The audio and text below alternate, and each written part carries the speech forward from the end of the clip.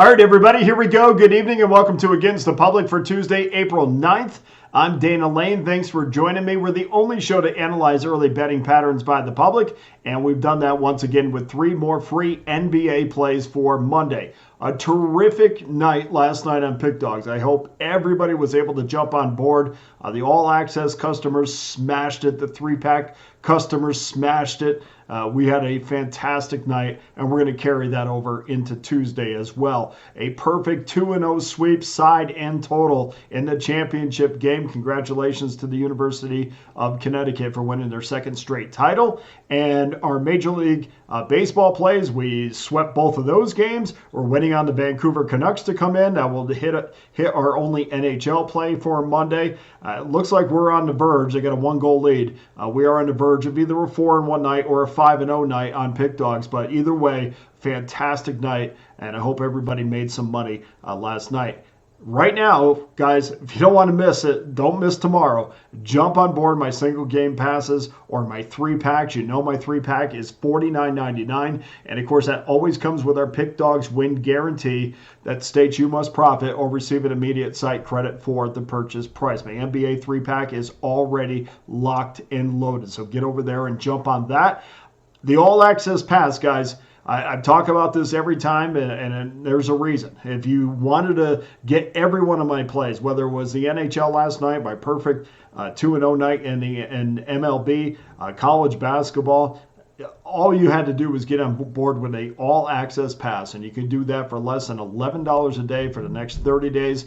Over the next 90 days, you can do it for less than $10 a day. And my annual all-access pass gives you every single one of my plays from now for the next 365 days for just $3.56 a day. So grab your credit cards, throw it on there. We'll pay it off at a little bit at a time. We'll roll our sleeves up and go to work for you starting tomorrow. So make sure you do get involved in that. And guys, if you're a little bit on the edge, hey, look, the numbers don't lie. The bottom line is I never run on hype. I always run on numbers. And if the numbers are not going well, I'll say that. And if they are going well, we're going to say that too. Over the last 7 days, 60% winners overall for all access customers. That's number one amongst handicappers with at least 60 plays.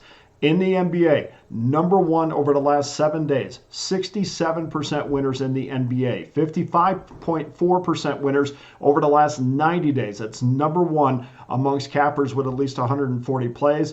That makes a yearly total of 1,142 units won in the NBA. So make sure you get involved. It's NBA season, guys. There's no more college basketball. So make sure you get involved with the NBA. I'll take you right through the NBA finals. And let's not forget, Major League Baseball, 57% winners over the last 7 days. So make sure you do get involved with one of those all-access passes. Okay, let's get to our free plays for tomorrow, or Tuesday rather, 7 o'clock Eastern Time, 5:05, 5:06. Indiana Pacers minus 11.5, 239.5 is your total against the Toronto Raptors. Raptors announced that Emmanuel Quickly will not be playing in this game. Number shot up to about 11.5. I guess that's what happens when you take 17 points off the board. Grady Dick is also questionable in this game. So naturally, everybody's going to jump on the Indiana Pacers. There's really nothing statistically that I could tell you that would say, hey, look, Toronto is the side here. And I love these situations because the injury is already built into the number. The Quickly not playing is already built into the number. Grady Dick not being there, or at least being questionable, it's built into the number. And I think this is a situation, we've seen it how many times, where a key guy is out of the lineup, everybody else comes together for one night. And in the NBA, more than any other sport, you can overcome a key loss because now you have guys that are like, look, I really want to prove myself. I'm going to get more minutes to do so. This is my shot. So you do get those performances that you wouldn't normally get. And I do count on those in this kind of situation. situation. Toronto's coming off wins against the Wizards, which is not that big of a deal, but they also did beat the Milwaukee Bucks, which is a big deal, even though Milwaukee's not been playing great of late. I think we are going to be in a situation where Indiana's not going to take this game as seriously. The last time these two teams got together, Toronto came out a 130-122 winner as a 5.5-point dog.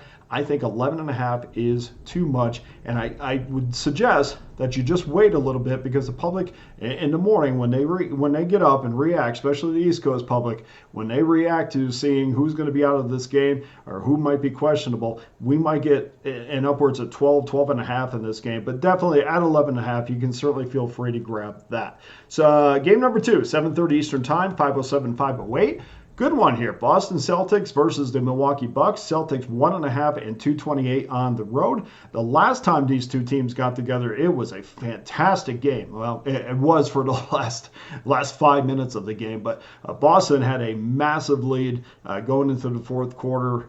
Milwaukee just continuously chipped away, and really, if they had like a minute and a half left or more in this game, Milwaukee probably would have won this game. Boston did win by 3, but should have won, and not only should have won, should have covered. They were a 10-point favorite in that game. Sometimes you look at these numbers and you just say, I know Boston's a really good team. How are they a 10-point favorite against the Milwaukee Bucks? But I guess somebody learned their lesson in this game, because the Celtics are a 1.5-point favorite on the road, which, if that's telling me if this was played at Boston, there's no way that they would have put up a 10 spot again. Anyway, our focus is going to be on the total in this one. The series has produced 2 unders in the last 3 meetings. Both teams are coming in trending over, which is spots that I love to go against that trend. I think both Joe Mazzulla and Doc Rivers both know that they have to put out, their teams need to play defense, and whoever plays the best defense in this game is going to come out on top. So I think they're going to be much more defensive oriented than they are offensive oriented, which really led to a sloppy game last time when these two teams met. So I don't think this number is going to move much more. Jump on it now. I don't think you have to wait for a better number on this. Milwaukee's lost 4 of the last 7, but will be facing Boston without potentially Porzingis, who is listed as questionable as he deals with that hamstring injury. And even if he does play, I can tell you a hamstring injury is no joke, even if you're less than 100%. So, you'll have if he's on the court, you're going to get a less than 100% Porzingis on this. So we're going to go under 228. On the total. And then game number 3, Golden State Warriors versus Los Angeles Lakers, 10 o'clock Eastern Time, 5:25, 5:26. Lakers minus 2.5 and 234 is your total. I was surprised to see that this number climbed in this one after LA opened up at minus 1.5 at some spots. And I guess you're always going to get Laker money, especially in this side of the country. But now we see them 2.5. It's creeping up here in town at 2.5. That seems to be the consensus number. Lakers dropped 2 of the last 3 against the spread, including that 10-point home loss to the Minnesota Timberwolves. Good little run there in the fourth quarter, but for the most part, Minnesota was in control for most of the game. Warriors went through the motions against the Jazz as an 8-point for an 8-point win, but they did fail to cover a 13-point number. Golden State has covered 6 of the last 10 meetings against the Lakers, including 2 straight. There was an 18-point victory in February and a 7-point win in March in Los Angeles. There is some concern, though, as we know from a health standpoint, that LeBron James was out in that game with some flu-like symptoms. We'll see if he's going to be 100% for this one or if he is going to play in this one, which I expect him to. And, of course, Anthony Davis was out for around 3 quarters after getting hit in that left eye again. That's the second time he's had that problem. So he is expected to play, but again, we don't know, are you 100%? Are you 90%? We'll have to see. But even if he was 100%, I'm still going to side with Golden State here. We're going to take Golden State plus the 2.5. So that does it for your free plays for Tuesday. Please go to pickdawgz.com and get involved with one of my many available packages, including my all-access pass that gives you every game that I release tomorrow for one low price. And if you had that package today, you're on the verge of being undefeated. So make sure you don't miss out tomorrow. Here's the recap of our free plays. Toronto plus 11.5, Boston, Milwaukee under 228, and Golden State plus 2.5. That does it for today's show. Thank you to everyone for watching. For Against the Public, I'm Dana Lane. All the best to you and your wagers on Tuesday.